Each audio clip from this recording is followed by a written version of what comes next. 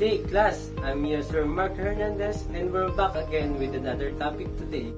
If you look around your house, you will see many devices like your kid toys, electric fans, hair dryers, toothbrushes, and this electric cutting knife. But how these devices work? You turn it on and somehow it starts working. Why is that?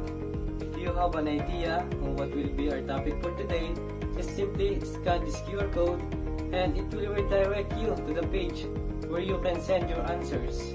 I will give only you 2 minutes. Time starts now. Okay, time's up. Your answers are the following: electric motors, circuits, and electricity. For those who answer electric motors, you are right. Our topic for today is all about electric motors. But before we go on to our discussion, let us first know what is our objectives for today. First, yes? Okay, thank you. Our first objective is to define what is electric motors. Number 2, okay, very good. Number 2 is to explain the principle behind electric motors. And lastly, number 3, okay, thank you. Number 3 is to identify the different parts of an electric motor. Now we will begin our discussion by defining what is electric motors. Electric motors are electrical machine that converts electrical energy into mechanical energy. Most electric motors are operated through the interaction between the motor's magnetic field and the electric current in a wire winding to generate a force in the form of torque applied to the shaft of a motor. Let's start with the principle of a magnet. It has a north pole and a south pole. It attracts other metal objects like these paper clips. If you bring another magnet towards it, opposite poles attract, like poles repel. Magnets don't have to be in shape. For some example, magnets might be more flat like this. You can think of this magnet as always on. You can't really turn it off. And that's why it's called permanent magnet. Let's take one of our magnet and make a hole in the center of it. Put it on something that will allow it to spin. Now, bring another magnet towards it. Our spinning magnet will immediately line up until the opposite poles are right next to each other. Now, switch out the side magnet. Same poles repel and opposite attract. If we keep switching out this magnet, then our spinning magnet will continue spinning. That's the principle behind electric motors. But if we examine the inside of a motor, there's no magnet. Instead, the electromagnet. What is electromagnet? Here's a metal ball which is not a magnet. If we wrap wires in it and make a circuit, we just need a magnet. More specifically, an electromagnet. An electromagnet can do the same things that a permanent magnet can. It has a north pole and a south pole, which attract or repel other magnets. But electromagnet is special that it can be turned on or turned off. Electromagnet can also switch their poles. Switching poles is very important to the motors. To make things more clear, let's watch this video. By passing current through this coil, we've turned it into an electromagnet. As you can see, from the way the magnetic field lines in the coil converge, this electromagnet has a north and a south pole, just like a permanent magnet. The electromagnet's field is represented here by a bar magnet. This isn't much of a motor yet though.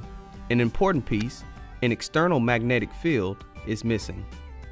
In our demonstration, this horseshoe magnet will provide that field as shown by these blue lines. We position the horseshoe magnet so that the rotor is right in the middle of the magnet's field. Let's power the circuit again and watch in slow motion what happens between the poles of that magnet. As soon as that current, represented by the red arrows, starts running through the armature, a magnetic field forms around it. Stopping the action for a moment to take a closer look, we see that the field around the coil opposes the field of the horseshoe magnet. Using this bar magnet again to represent the field of the coil, we see here that the horseshoe's magnet's north pole is attracting the south pole of the electromagnet in the armature. In fact, these two magnetic fields oppose or attract each other at several points. As you see, this is still not much of a motor. The interacting magnetic field caused the armature to move, but only to the point when their fields align north to south, and there they stayed, opposite attracting opposite, two magnets stuck together. Let's return the real commutator to its rightful place and see what happens now. Notice how one half of the commutator connects to one arm of the armature while the other half connects to the other arm. The current enters the first arm, making the coil spin. But this time, just as the commutator reaches the halfway point of its first cycle, a brush reaches the first gap. After jumping that gap and making contact with the other half of the commutator, it sends current through the other arm of the armature. As a result, current is sent through the coil in the opposite direction. This reverses the polarity of the electromagnet created by the powered armature. So once again, opposites attract, likes repel, and the armature turns another half rotation. As explained by Fleming's left-hand rule, the interaction of the magnetic fields will keep the rotor spinning and spinning for as long as there is current.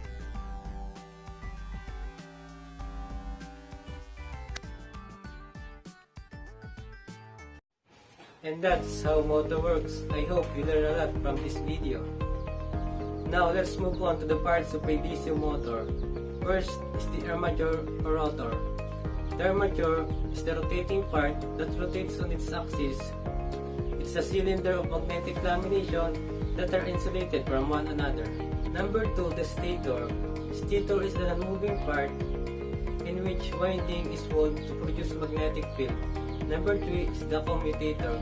Commutator is a cylindrical structure that supplies electrical current to the armature winding. And last is brushes. Brushes are made of graphite and carbon structure that conduct electric current from the external circuit to the rotating commutator. That's the end of our discussion. I hope you learned a lot from me. Thus, if you have questions or clarification, just go to our group chat and I will entertain your question. Next meeting, we will talk about AC motors. And my assignment for that is to research and study about AC motors and put it down on one whole sheet of paper. Just stay connected to our Google Classroom because I will post an activity and a quiz, and also I will update our module for today.